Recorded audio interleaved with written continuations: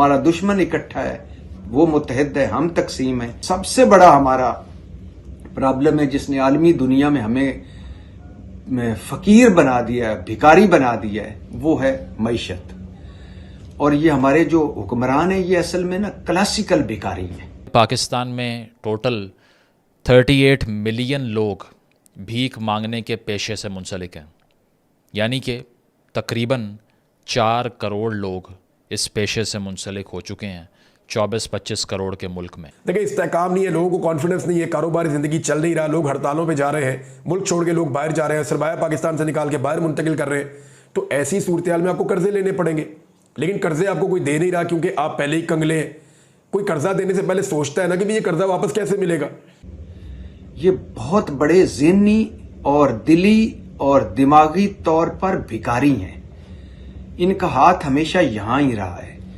ये इनमें से कोई भी ऐसा नहीं जो खुददार हो अंदर बाहर से। भला खुददार भीख थोड़ी मांगता है, खुददार तो कहता है मर जाओ यार, कर्जे से बेहतर है। ये खुददार नहीं है, भिखारी है, क्लासिकल भिखारी, सूट बूट में भिखारी, पढ़े लिखे भिखारी। नमस्कार दोस्तों, आप सभी का स्वागत है एक और नए वीडियो में। उम्मीद करते हैं आप सब बहुत अच्छे होंगे। दोस्तों, पाकिस्तान का जो इकॉनमी है बढ़ने के बजाय दिन पर दिन गिरते चला जा रहा है। लेकिन जब जो पाकिस्तानी जाहिल होते हैं, जब वो भारत से कंपेयर करते हैं पाकिस्तान का, तब वो बोलते हैं कि भारत से बहुत आगे है पाकिस्तान का इकॉनमी। लेकिन पाकिस्तान का इकॉनमी क्या है आप सभी को पता है, वो बोलने की बात ही नहीं है। तो आइए देखते हैं इसको लेके पाक मीडिया का क्या रिएक्शन आ रहा है।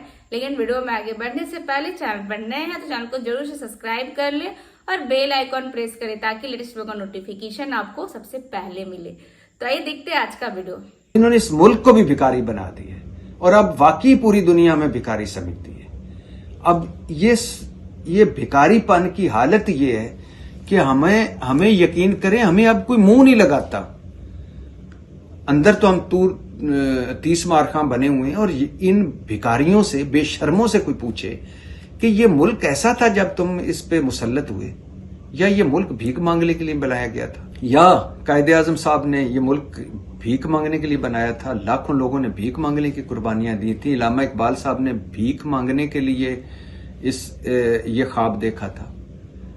बेशर्मों, इस मुल्क को भिखारी बना दिया और ऐसा भिखारी बना दिया, मेरे सामने ये फिगर्स पड़े हैं कि IMF से 7 अरब डॉलर कर्जा लेने का हदफ रखा है।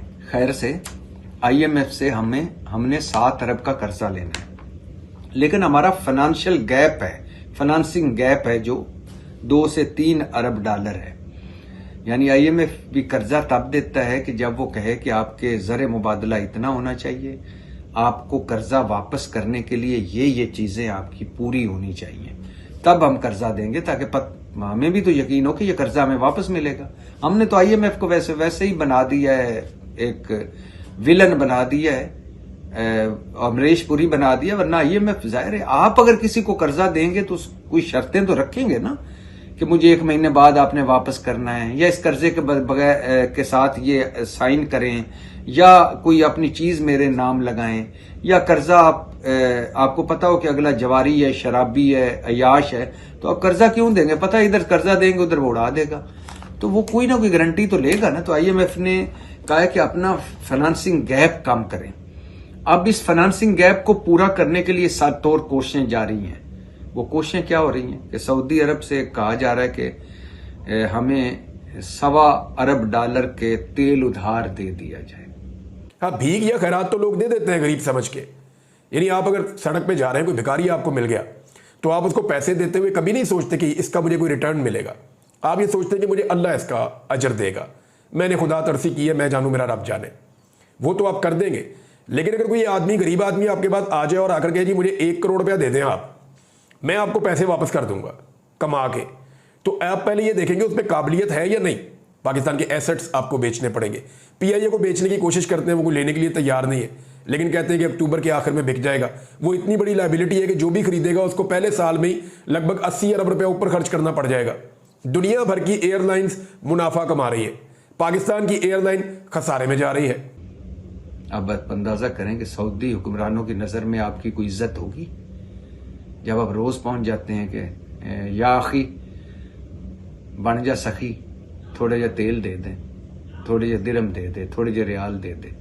अब हालत ये है कि उनकी जो खजूरें जब वो ज़ैदुल मियाद हो जाती हैं तो हमें भेज देते हैं। उनकी जब कुर्बानी का गोश्त होता है तो उन गरीब मुल्कों को जो भेजते हैं उनमें से हमें भी समित हमें भिजवा देते हैं और हम आगे से वसूल कर लेते हैं। यानी इसमें कोई शक नहीं कि हमारे मुश्किल तरीन वक्तों का दोस्त सऊदी अरब है।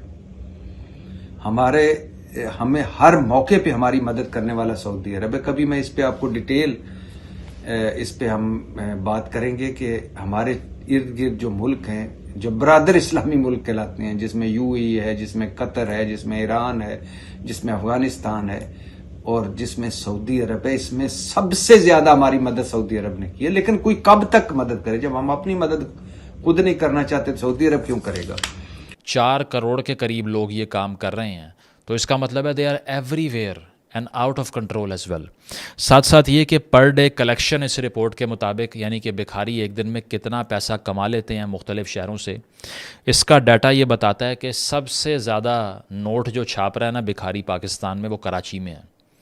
2000 रुपये एक दिन की एक बैगर की कलेक्शन है, यानी कि महीने का 60,000 रुपये कमाता है वो। The bagging industry in Pakistan is $42 billion per year according to the report published by Dawn News. Staggering 90% of beggars arrested in foreign countries are Pakistanis, mostly gone there on pilgrimage visas to Saudi Arabia, Iran and Iraq.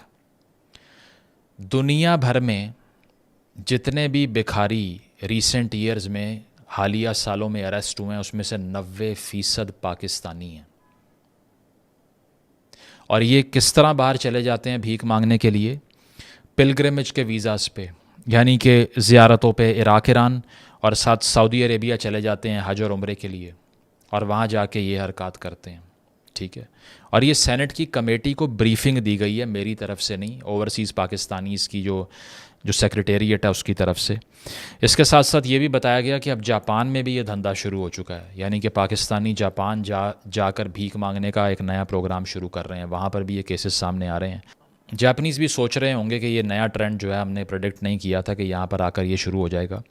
अब होता क्या है कि ये agents जो कि mostly south Punjab से operate होते हैं, सेंट्रल पंजाब के भी कुछ शहर इसमें इन्वॉल्व हैं, 1-2 शहर कश्मीर के भी रिसर्च कहती है कि सामने आए, ये सारा ख़र्चा उठाते हैं बैगर्स का और उनको टिकट्स करवा के देते हैं, वीज़ाज़ लगवा के देते हैं। और डील ये होती है कि आपने बाहर जाना है, एक उनको टारगेट देते हैं कि इतने पैसे कमा के लाने हैं हर सूरत भीख मांग के, और जब वो वापस आएंगे वीज़ा एक्सपायर होने के बाद तो 50% होगा। आज का वीडियो आपको कैसा लगा कमेंट करके जरूर बताएं। चैनल पर नए हैं, चैनल को सब्सक्राइब कर लो और वीडियो अच्छा लगता है तो लाइक शेयर करें। और जो लोग पाक मीडिया देखने में इंटरेस्टेड है उनको मेरा वीडियो भी शेयर करें और बेल आइकॉन भी प्रेस करें ताकि लेटेस्ट वीडियो का नोटिफिकेशन आपको मिलता रहे। तो फिर आपसे मिलते हैं अगले वीडियो में। अपना ख्याल रखें। जय हिंद, जय भारत।